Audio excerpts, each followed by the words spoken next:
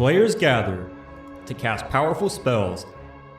Some of the oldest and most powerful in the history of Magic the Gathering. Daze, Dismember, Death Shadow, and many others, battling head-to-head in brutal combat, they all have one thing in common: to uphold their legacy in the search for eternal glory.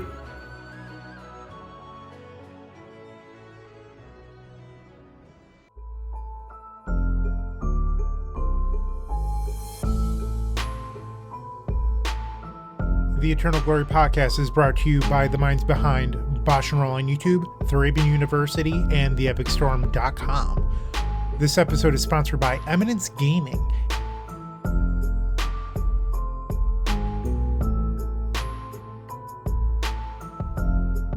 Hello, and welcome to episode 106 of the Eternal Glory podcast, In Grief's Shadow. We've already recorded 30 minutes of introductions and banter for the week, available in our supporter-exclusive pre-show. Check out patreon.com/eternalglory to gain access, or join as a YouTube member for the same content on YouTube instead. As always, I'm Phil Gallagher, aka ThrabenU. I am Brian Coval, aka BoshNRoll. And I am Bryant Cook of the Epic Storm. Shout out to Crows, our new Patreon subscriber since the last episode. Like Phil said, that's how we stay on the air. That's how we keep doing this. Check that out. Also, we talked a little bit of smack, I think. Got a little down and gritty about some community members in our pre-show. Just, if you like that sort of thing, it's probably worth the $5. Speaking of the $5, if you're interested in running an event or you want your LGS to do so, but are worried about the logistics of it, check out Eminence Gaming's Command Tower software. You can create and manage 4-player or 1v1 tournaments easily, and its unique pairing system ensures that you don't get paired against the same players multiple times. Visit eminence.event for details. This week, I'm really and truly thankful for Eminence Gaming. Yep, shout out to Eminence, hashtag sponsored, also hashtag they rule. Okay, I'm going to kick off this episode by a quick correction from last episode. I described a rules interaction with Triumph of St. Catherine that was not fully correct. I knew that at some point there was concern that Triumph of St. Catherine, if it died and you had less than 6 cards in your deck, you just exiled your deck and then you had no more deck. I said she would shuffle into whatever number of cards you have. It's the thing in the middle. If Triumph of St. Catherine dies, she prompts you to exile her from your graveyard with the top 6 cards of your deck.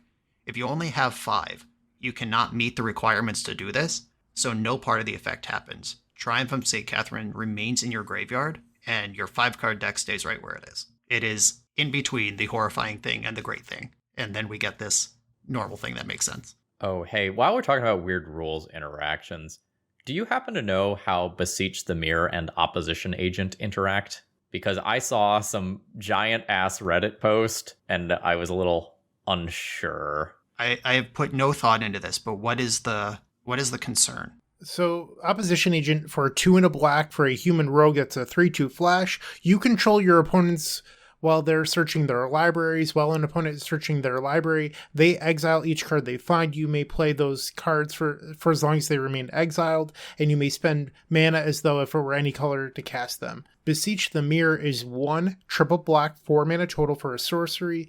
Bargain. Search your library for a card, exile it face down, then shuffle. If this spell was bargained, you may cast the exiled card without paying its mana cost. If its mana value is 4 or less, put the exiled card into your hand if it wasn't cast this way. So I guess the question would be, bargain tutors into exile anyway, so is Opposition Agent actually replacing anything? Is that the core of the issue? I think so. I don't know, so let's spend 0 time on this. Let's let that shake out. My thought was, I'm going to wait until this happens on Magic Online, and then I'm going to assume that how it works. I could have swore that Brian Coval was a level 5 judge on Magic Workstation and that he should know how this works. First of all, I only ever was a level 2 judge, and those years are quite behind me, though I have agreed to speak at a judge conference next year. Apparently, we could still do that. Now that the DCI is disbanded and everything's fake, they can just get randos with something to say. I'll be doing that. There are some precedents for if something would be exiled and they interact with if it's exiled anyway. Like if you unearth a creature that says at the beginning of your end step, exile this. And if it would go anywhere, exile it instead. But like if you ephemerate an unearthed creature, you've met the if it goes anywhere, exile it instead clause, because ephemerate does exile the thing, and then it just comes back. So there is some, like, I can see where this might get wiggly, but I'm going to let someone else actually take the current important ruling on the table. All right, then let's get into the real episode. Today we want to talk about like the blue-black shell in Legacy. And specifically, we want to zero in on like the Grief, Reanimate, Troll of Khazad-dûm package that is just really becoming dominant in Legacy. At first, I think a lot of us thought, hey, this is something cute that you can do. And now it is at just the absolute center of Legacy. And Modern. Which we are not typically a Modern podcast, but this technology has trickled from Modern up into the more powerful format of Legacy. Modern was on this stuff from basically day one. People realized, hey, I can ephemerate my Grief, and that's pretty dope. And then it took Legacy a long time to get used to it. We've kind of outlined a history of pitch spells and free spells and what they normally do versus what they're doing now. Let's start walking down that road. So the pitch spells, you usually get a 1 or 2 mana effect without paying mana. Like, very few of these are really crazy, and the crazy ones cost more than 2 cards. So I'm just going to say some names of cards. You've probably heard of some of them. Force of Will, Daze, Force of Negation, Force of Vigor, Misdirection, Commandeer, Grief, Unmask, Solitude, Fury, Endurance, Pyrokinesis, Allosaurus Rider, Contagion, Vine Dryad, Bounty of the Hunt, Sunscour, Soul Spike, Pulverize, Cave-In, Snapback, and the Kamigawa Shoal Cycle. There are some others, but I did put some lines of playability on them. I only listed ones I've actually seen in decks, and all of these got played in the formats that they were legal, and many are still fringe to staple play in Eternal formats now. Or even banned in some formats. We lost Blazing Shoal in Modern, for example, because it was not okay to have that around with infect creatures. Right, so let's work up to that, work our way back to that, because of all of the card names that I just listed, I know I went fast, I don't expect you to remember them all. Among that list, the effects you get, there's a ton of counter spells, there's a ton of removal spells, there's some discard spells, only 2 of them are creatures, and those 2 creatures have 1 power, or in the case of Allosaurus Rider, power and toughness equal to 1+ your lands. So it might be a 2/2 on arrival if you just jam it on turn 1. None of that is offensive. It's all defensive with the goal of slowing the game down. The offense spells, like Bounty of the Hunt and Blazing Shoal, those are combat tricks that require a creature to target. So unless you have a creature very early, they don't even do anything yet. So they're unlikely to break the game if you can cast them on turn 1. And like Phil said, Blazing Shoal is still banned, even with all of that going against it. And it's the most proactive of all of these pitch spells. Counters, removal, discard, creatures, and combat tricks are all card types with deep efficient options that you could cast for 1 or 2 mana. So the effect you get off your pitch spell in the short term has to be powerful enough to be worth the long-term loss of resources. That's the equation we're talking about with that long list of cards, almost all of which are built for defense. For you longtime Legacy players, like the thing that you're probably used to thinking about is like the idea of Force of Will and Daze in the traditional Delver shell, right? When you have a 3-power attacker in play, it's okay for you to kind of give up a resource, be it a card or returning something to your hand in order to continue to push that damage. And when you have something bigger in play, a Murktide Regent, a Troll, you can take even better advantage of that same amount of time. And even more basic than that, that's starting to pivot into using these pitch spells offensively. How about just your deck with Narset, Barter of Veils in it? You have Uro Titan of Nature's Wrath, and you're in a format with turn 1 and turn 2 kills. That's what Force of Will is really about. It's worth 2 cards to not freaking die on turn 0, or be able to tap out for a Ponder on turn 1 without losing on the spot because you didn't hold up Spellpiercer Flusterstorm. That's the kind of, as Garfield intended, case for a lot of these pitch spells. It's better to lose 2 cards than to die. Yeah, and this kind of comes back to the thing that many people say, like, Force of Will is a bad card, right? Like, when you are in the fair matchups a lot of times you don't want the Force of Wills. You would rather pivot into something like a Pyroblast that can be a 1-for-1 instead of a 2-for-1. But this is Legacy, and sometimes you don't have that luxury. People are out there jamming combo decks. People are out there, jamming your Oops All spells, your Creative Technique, your Beseech the Mirror decks. We're probably going to start seeming. Sometimes you just need the emergency no button. While we're talking about combo decks, I think when you want to think about these 2-for-1 cards, the most common deck that you can look at right now is Black-Red Reanimator. If you look at Reanimator from 2 years ago, when E.W. Landon was at the height of playing Reanimator, you had main deck Cabal Therapy and Unmask. Now we have Grief, Unmask, Cabal Therapy is nowhere to be played, and they're playing Thoughtseize. Because just being able to guarantee to hit that Endurance or Force of Negation or Force of Will, there's so many of these free pitch spells now, and you can't afford to be wrong. Like, Cabal Therapy went from only having Force of Will to name to a dozen cards ever since Modern Horizons 1 and 2, and it's just been such a huge change. But when you look at Reanimator specifically, that's a lot of card disadvantage, Grief and Unmask, but when you surround these powerful 2-for-1s with insane card advantage, it often makes up for it, and you get an offensive use of these cards. And I think if you want to go back 15, 20 years, Brian might remember this deck, but the first time I remember seeing this was in Vintage Pitch Long. It was named Pitch Long because you ran Force of Will and Unmask, and then your deck tried to chain draw 7s until you could cast a Tendrils of Agony. And at the time, the whole concept of this blew my mind, and the first Vintage event I went to, this actually ended up top 8ing. Yeah, exactly. So that equation that pitch spells give you of why would you spend 2 cards on a 1 or 2 mana effect, the answer is if I'm not losing or if I am winning is usually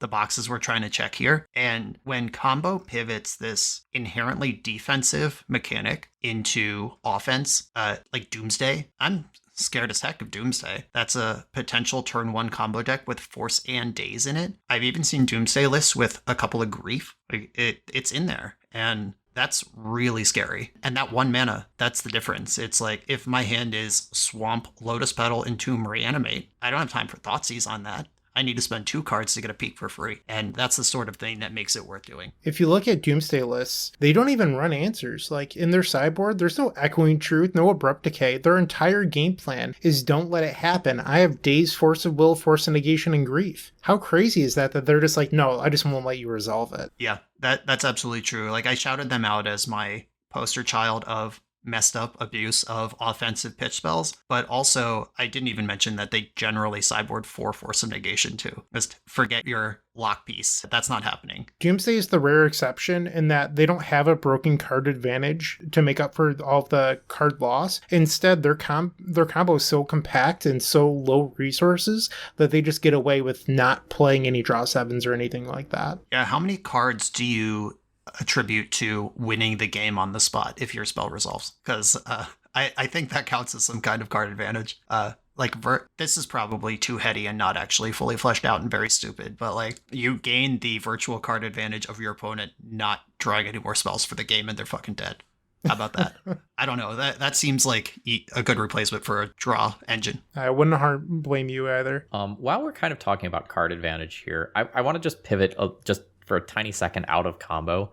And I just want to mention that, like, playing too many pitch cards is not free. So I've been playing a lot of these, like, black stompy deck lists because they're fun and surprisingly good. In those decks, you oftentimes have Grief and Chrome Mox. And unless you have some sort of draw engine like the One Ring, you will feel using those cards. Like, sometimes you get the Grief and the Reanimate and you're just going ham as a turn 1. And other times you have to do a turn 1 Grief while also playing a Chrome Mox, and all of a sudden you don't have that many cards left. So just kind of be aware in deck building that there is some tension the more of these things you play if you can't immediately win the game. Right, and you all know me, Island Ponder Keep, but if I keep that 1 land Ponder hand that I am so comfortable with, but that Ponder is also my only blue card for Force, things get dicey if my opponent starts having a big turn 1. Because that Ponder isn't just random blue material from my hand. It's my next land drop. It's my chance to play this game in a smooth kind of way. So yeah, pitch spells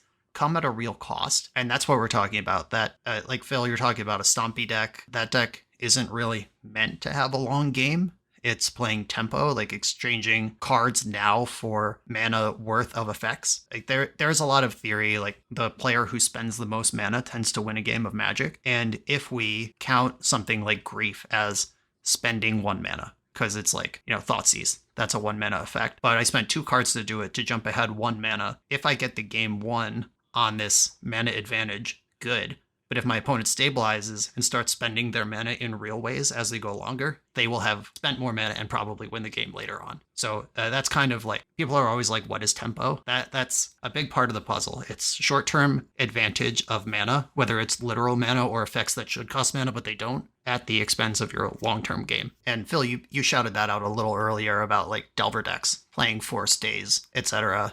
They don't have a real plan to go long. They want to get you dead in chunks of 3 and possibly 11 and just get the game over quickly while putting spells in their graveyard. And they're also kind of built to break parity, not kind of, they literally are, where if you have to play around Days, but they're perfectly fine functioning on 1 mana, and they're wasting out from under you, that's a way to abuse these effects that should be a bad deal, but in fact end up being a good one. I have a memory of maybe 2011, 2012, driving down to a Jupiter Games event with a full car of guys talking Legacy. There was a bug tempo deck in the format at the time called Team America. Terrible deck name, but there was a big debate at the time of in your 2 mana black card slot if you ran Sinkle or Hymn to Torok. And a much younger Bryant Cook was insistent that Hymn to Torok was a tempo spell. The other 4 guys in the car kept on calling him an idiot, and looking back on it, I wouldn't classify it as a tempo spell now, but my argument was that I'm just looking to make my Delvers and my Tarmogoyfs live longer,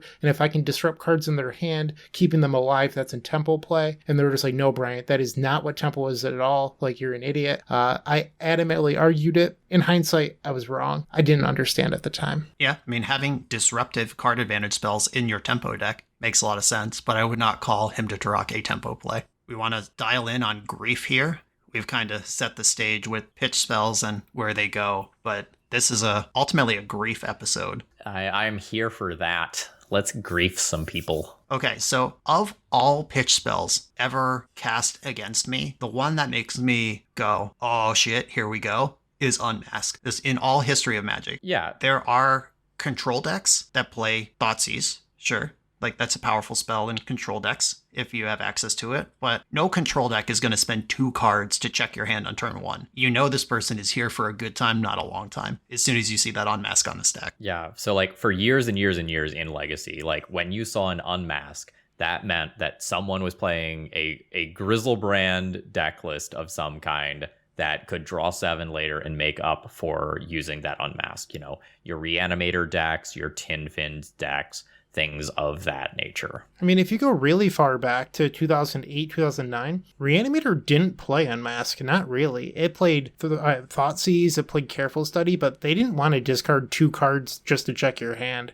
Unmask is a relatively newer addition to Reanimator. It's not a new idea. It's just a new implementation of the idea, because those Careful Study Reanimator decks had Force of Will and Daze. They just realized that Faithless Looting, being like a mono black deck that splashes Faithless Looting, is better than being a fully committed deck trying to support Force of Will. Big part of that is Mystical Tutor got banned. Remember that shit? Ooh, that was a was a wild couple months when both Entomb and Mystical Tutor were both legal. But they switched from Force and Daze to Unmask, and they've been on that for a couple years now. And even outside of Reanimator, and even before Grizzlebrand's printing, Dredge, freaking Dredge. Talk about draw 7. How about draw 24 on your first turn? Unmask you, Lion's Eye Diamond, Breakthrough, GG, idiot. Like that is the spot where I really remember Unmask being particularly heinous. Discard good. I think we can agree there. Like that is something that, you know, historically across formats, like that has been a useful tool, but it's not one that is necessary in your control decks, right? It's not like in Legacy, every control deck ever made starts with blue, black, and then X. Like, we have plenty of Jeskai control decks. So discard is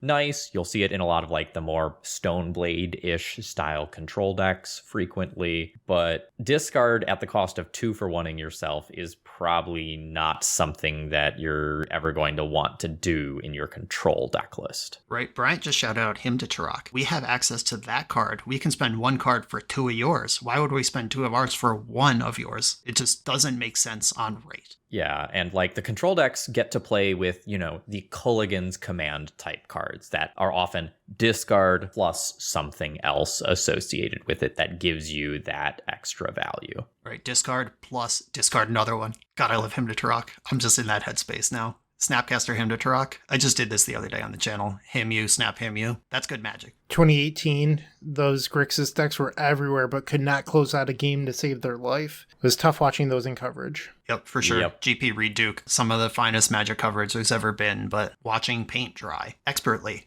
But that's what was happening. Let's talk about Grief as it compares to Unmask. It is a very obvious on its surface comparison. Exile a black card, take a card from your opponent. Important note, Unmask can target yourself too. Sometimes Reanimator keeps Unmask as a pseudo entomb against decks that they don't expect to interact with them. They can get a monster out of their hand quickly for 0 mana. Grief doesn't do that. But Grief is a monster that goes to the graveyard on its own. It's most of Unmask, arguably the important part. It's also a reasonable thing to do on 4 mana, which a lot of these decks don't have, or at least didn't have historically. They had a flurry of stupid 1-drops, and then they had their 8-drops they were trying to reanimate, and not a lot going on in between. Grief being a real thing that you could just do. Also, these are usually Dark Ritual decks, so you get Leyline of the Voided on turn 0, like, sure, Dark Ritual, Lotus Petal, Grief you, take your removal spell, and start getting in. That's a huge mode of this card, and it's highly synergistic with the decks that have historically wanted Unmask. Reanimator loves to reanimate Grief if they need to work their way through. It's the Unmask that provides a pretty reasonable thing to bring back right away, and the Dredge Hogak style graveyard aggro decks. Bridge from Below triggers off Grief. Vengevine triggers off Grief. These are all built-in synergies with decks that wanted to do this anyway. It's kind of the perfect card for that sort of gamer. I don't think it's a coincidence that we saw the rise of Reanimator happen after Grief. Grief gave the deck Unmask 5 through 8, but also a legitimate backup plan that the decks never had before. And I think those two things combined made Reanimator from like a pretty good legacy choice, not just for grinding leagues, but a legitimate choice to a highly disruptive deck that is low tier 1. I think the deck is very good. Low tier 1 is not an insult. Like Reanimator is very good. Yeah, the EW Landon streaming days, he was going nuts with that deck, but not really anyone else. Like it was a top 5, maybe top 10 steady presence on the Goldfish metagame, but it's been number 2 for most of the time since the printing of Modern Horizons. And after the EI ban, it was number 1 for a while. It's floated back. I think it's like 6 right now at this moment where we're talking. Currently 5, just behind Painter. Sure. So that list of stuff that we started this episode on: Force, Daze, Force of Negation, Commandeer, Grief Mirrors, Unmasked Mirrors, Solitude, Endurance. We didn't talk about Surgical because that's a different kind of effect, but Ravenous Trap, also a different kind of effect. There's Leyline of the Void, a different kind of effect, but there's so much crap that every deck has access to that is good against Reanimator, and it's still a top 5 legacy deck. Down from top 2, by the way. One of the cool things about Grief being this like mid-range pivot plan is that if you already have Grief in your main deck and you use additional sideboard slots for more creatures, your pivot plan becomes stronger because you already have some regular aggro. So for example, you might see something like a playset of Dalthy Voidwalkers and a pair of Sholdreds or something like that. If it was just those 6 cards out of the sideboard, like, that's a fine pivot plan. When you have those and you also have 4 copies of Grief that are a 3/2 with a form of evasion in your main deck, like, it becomes reasonable to just clock your opponent out even if they come with all the hate in the world. Yeah, it's bad enough when I keep a hand with like Leyline of the Void and Surgical, and I just get hardcast Griefed with no other support. But sometimes Reanimator is built to have like Orcish Bowmaster's Dalthy Voidwalker Opposition Agent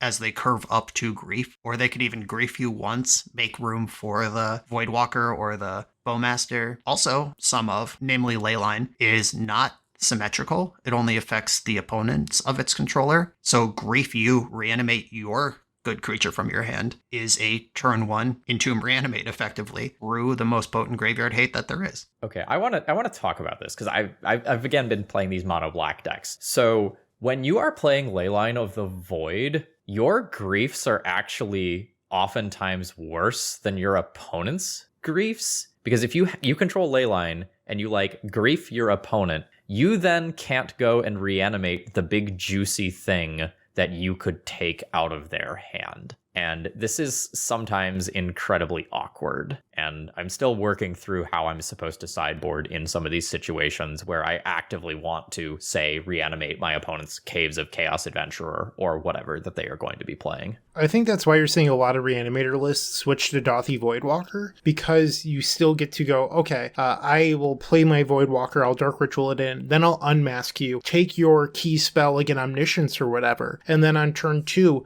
Dauthi casts that Omniscience for free, and then you get to go ham with Reanimate or whatever it does. But on top of that, I think there's another thing people don't really talk about when it comes to Dauthi Voidwalker and Legacy. The decks that it's good against don't run a lot of creature removal, so that card lives through Force of Vigor and everything else that they boarded in to answer Leyline of the Void, and then that Dauthi Voidwalker kills them while it's stopping them from winning. Oh, and while we're talking about important common interactions, just in case you don't know, if you control Leyline of the Void and Dauthi Voidwalker and something goes to your opponent's graveyard, they don't get the Void counters on them, so you don't get to cast those things. I mean, they could. It's just up to your opponent, who is probably more likely to decide that they don't. Yes. As the owner of the affected object decides which replacement effect applies to it. So if you're in a multiplayer game, maybe you could politic like, hey, I'm going to need that interaction spell. Don't send it into the Leyline, send it into the Dauthi Void. But in a 1v1, obviously, they're just going to make it regular gone. From my experience on Magic Online, it automatically defaults to Leyline of the Void. Right, because that is the correct answer in 1v1.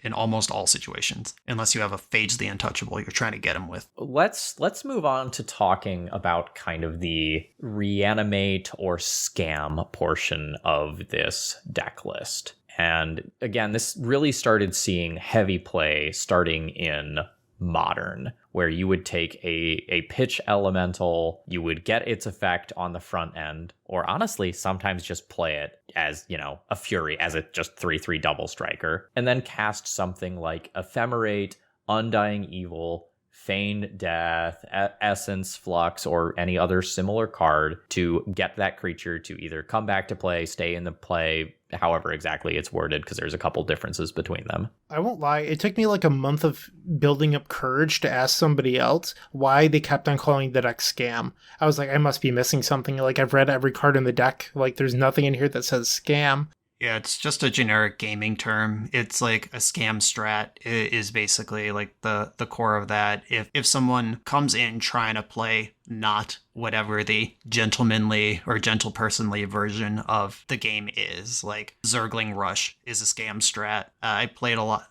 The first time I really heard this word used a lot was when I was playing Storybook Brawl and watching streams. There was one type of unit that could, like when it attacks, your opponent's unit becomes a 0/4 instead of whatever it is, or it can attack into the back row when normally things have to work through the front row to beat up your support units in the back. That was scamming. It's just like, you're not trying to build a big army, you're trying to throw mine off balance and just kill me with some cheese. So that's what scamming is. So where are we seeing scamming in Legacy today? Is it just Reanimator? Where is it happening? We're getting there. I mean, Reanimate is at its core a scam strat.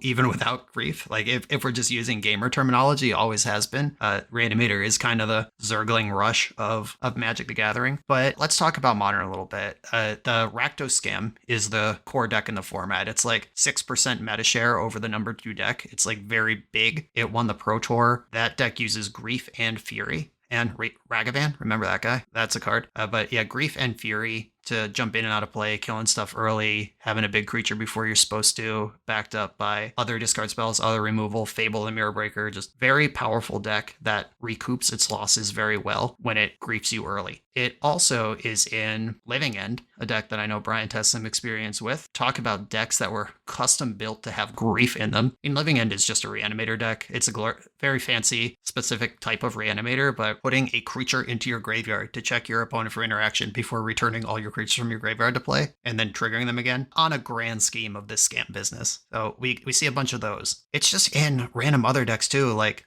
there's Stoneblade, like Black-White Stoneblade, that uses the Grief Scam and Solitude Scam packages. There is like Asmoran food piles that do it. It's kind of all over the place. People have tried it anywhere they can in Modern because it's just very good. In Legacy, even in Vintage. I mean, this is Legacy Pod. Sorry, I'll work our way back before we move on in Legacy. But even in Vintage, like obviously Dredge and stuff for playing it, but I saw this like Abzan Hate Bear deck that had Archon of Emiria and Kasali Pride Mage Werewolf that's better, whatever that one's called. Outland Liberator? Yeah, that one. It had those in high numbers, plus it just had Grief, enough black cards to support it, Troll of Khazad-dûm, and Reanimate. Just right in your Vintage Hate Bears deck. And that one, I think, top-8'd a recent challenge. It did well enough to be posted. I saw it recently. I'm going to be recording with a powerless Vintage deck for some people prepping for Eternal Weekend. You know, what can I play if I don't have power? And I'm going to tell you that, like, Grief is 100% in that deck. Yeah. Absolutely. Has to be. Really evens the playing field. Checking that it's worth 2 cards not to die box that we talked about before. Okay. Let's get to Legacy after my winding road here. Grief. We've seen it in Doomsday. We've seen it in Reanimator. Really, it's kind of all come together into the tempo deck of the moment, Death Shadow. This is a deck that has Grief and Force of Will and Daze, using them both offensively and defensively with shocking efficiency, kind of taking all of the principles we've talked about up to this point and shoving them into one brutal Legacy tempo deck. One thing that I've noticed about these Death Shadow Legacy scam decks, whatever you would like to call them, is traditionally these decks played a lot of cards in order to lower their life total.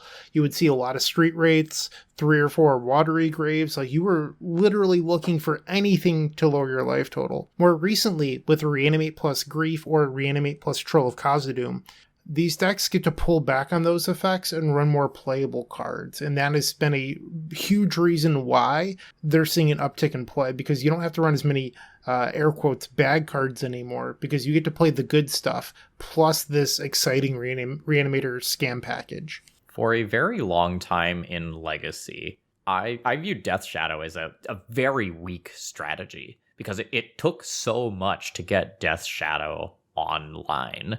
Like, that was a card that you start thinking about, I don't know, like turn 4, turn 5 most of the time. And now that you can just like reanimate a troll on turn 1 if you're a Dark Ritual gamer, or, you know, turn 2 otherwise, that equation has changed a lot. And again, you don't have as much dead air in your deck list. The old taking your time to get your life total low business just to get Plague Winded by a Swords to Plowshares, that's not how the deck works anymore. The early builds, they were Delver decks, where Delver is not Death Shadow, it's kind of Bizarro Death Shadow. Delver, the idea is play your threat, protect it. Death Shadow, the idea is protect your threat, then deploy it. One of those is suited better for a Daze Force of Will metagame, and one of them is suited better for a Thoughtseize metagame. And we're talking about the difference between Modern and Legacy. Delver is a top deck in Legacy. It's unplayable in Modern. And Death Shadow's been a top deck in Modern for many years, and it was, fringe to bad in Legacy. Until now, where all the pieces kind of came together. They don't play Delver anymore. Bryant mentioned they're not playing like a bunch of Street Wraiths and main deck Surgicals and just dumb ways to get their life total lower. Now they have Troll of Khazad-dûm, which means their land count is lower than ever, and their spells are better on average. And Troll of Khazad-dûm is a black card for Grief, and an exciting payoff for Reanimate.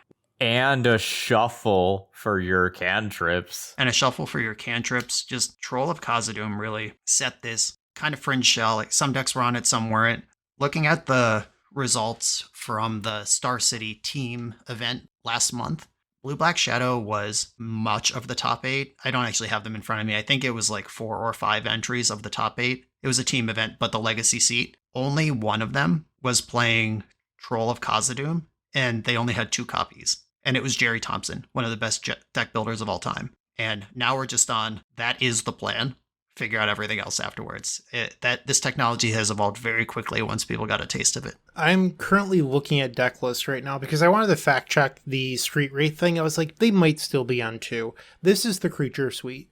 Death Shadow, Orcish Bowmasters, you might have heard of that one. 1 Brazen Borrower, 3 to 4 Troll of Khazad-dûm depending on the deck list, and then anywhere between 2 and 4 copies of Murktide Regent.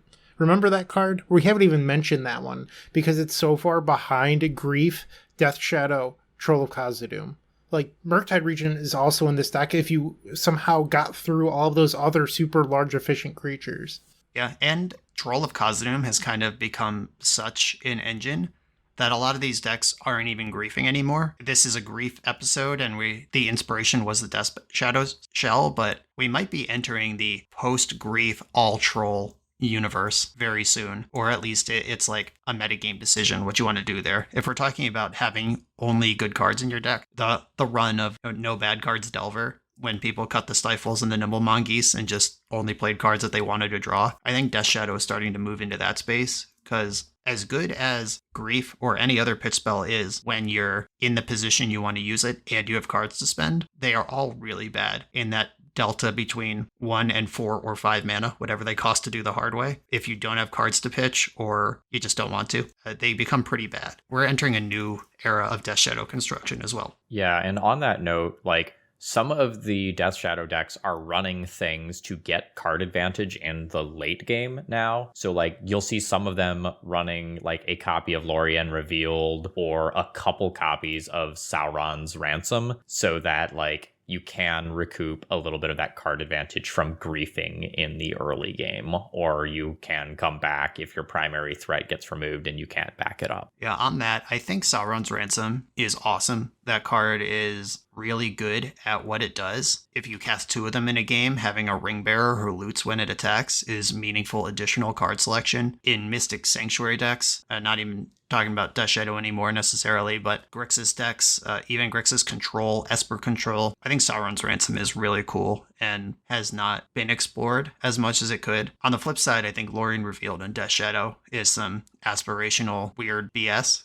That deck's not going to have 5 lands in play, not in any sort of reasonable fashion. So, like, I love Lorien Revealed in decks in general, in Magic. Great card to exist, exactly my speed. But I think that if you're trying to recoup cards with 1 slot in your deck in Death Shadow, it should probably not be that. Just as an aside, if you have not played against Sauron's Ransom before, I highly encourage you to get some games in, because that is an incredibly skill testing card. And there's some leveling in mind games that can happen, and you can make or break a game based on your decisions. I had somebody in my YouTube comments the other day, I played some Grixis Ransom deck, where they were mad about the design because they didn't want to be asked questions that hard. Basically, the position was, if I register mono red, that's what I wanted to do today. Don't make me play some level game BS with a blue wizard. And as a blue wizard, I'm just like, heck yeah, get in my space, use your brain, get some wrinkles on that thing. You don't just get to lightning bolt me and get away with it.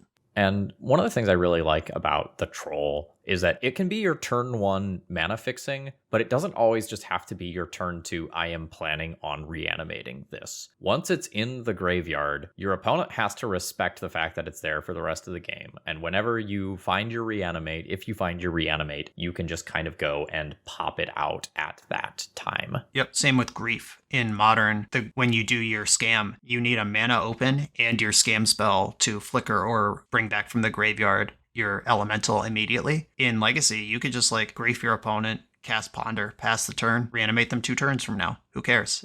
Reanimate is just such a messed up card on these fair angles. Modern has nothing quite like it. Its flexibility is so good. So a lot of times I will keep a hand that has grief plus reanimate. And when I keep that hand, mentally, I am going to cast this grief, pitching X card. I'm going to reanimate the grief. I'm going to take 2 cards out of my opponent's hand. But you have the ability to pivot. Like, you can grief your opponent, see that they have something better than your grief, and you can pick up their Caves of Chaos Adventurer. You can pick up their Grizzlebrand. In addition to having the flexibility of, I can cast this reanimate later when or if I draw it, the reanimate itself doesn't have to target the thing that that you have built your deck around doing. Yeah, I had a really interesting game. I was playing Blue Black Omni Show, which is not a Reanimator deck, but it sure looks like one if you don't know what's in it. And I had an opponent who was on Reanimator, Thoughtseize me, that had a chance to take Archon of Cruelty from my hand, but they must not have had the Reanimate spell, and they didn't feel safe hanging it in my graveyard for me to top deck one. So they just took like some other card, and that would have been just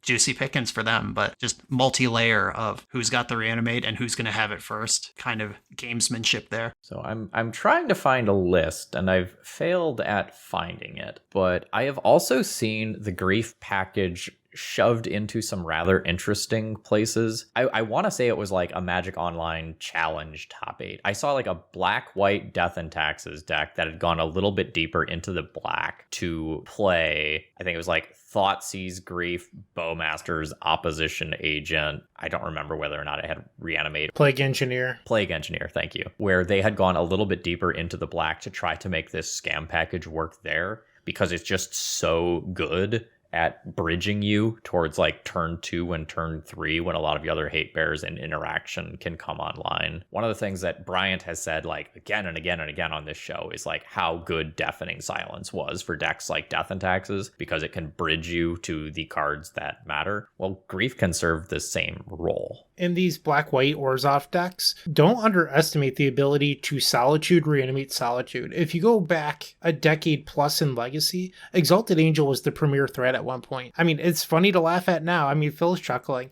but it was true. And now Solitude, I mean, 3/2 lifelink is not a joke, especially after you exile 2 creatures. That card is going to create enough of a gap between their life total and yours, where even if you fall behind, it bought you enough time to stabilize later. I do think that Solitude plus Reanimate is probably underexplored in this format. Generally underexplored or space to explore. I just went to MTG Goldfish and searched for tournament finishes that include the card Grief across all formats. There's a bunch of Living Ends, Rectos Evokes.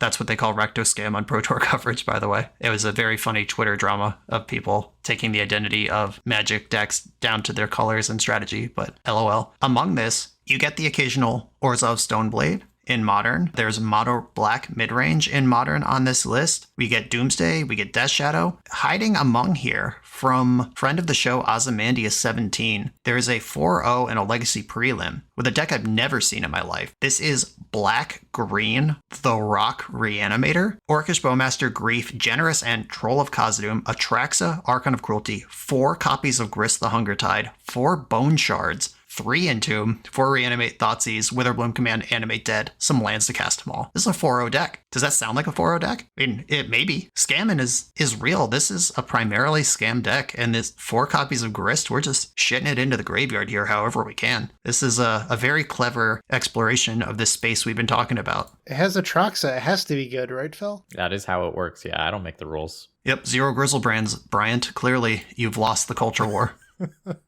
Yeah, scrolling down more, I found this 4-color Abzan base. Is it actually 4-color? Oh, yeah. Oh, no, just Mindbreak Traps. So it's Abzan with Mindbreak Traps, just vintage Hate Bears deck, featuring the Grief Scam package. You got Vintage Dredge, a ton more Rakdos Scam and Living End 8-rack, Modern 8-rack. This is going to be a little bit jarring, but Brian had some unexpected audio issues. So I know he was just reading a list of cards, essentially kind of summing up the point that he was making. There's an absolutely incredible range of things that this Grief Scam shell in various natures can fit into. And if you are a deck builder, if you are a brewer, I encourage you to think outside of the box and see where you can fit in this package that it will make sense. Because as time goes on, we're going to see it more and more, not just in Legacy, but in all sorts of high-powered formats.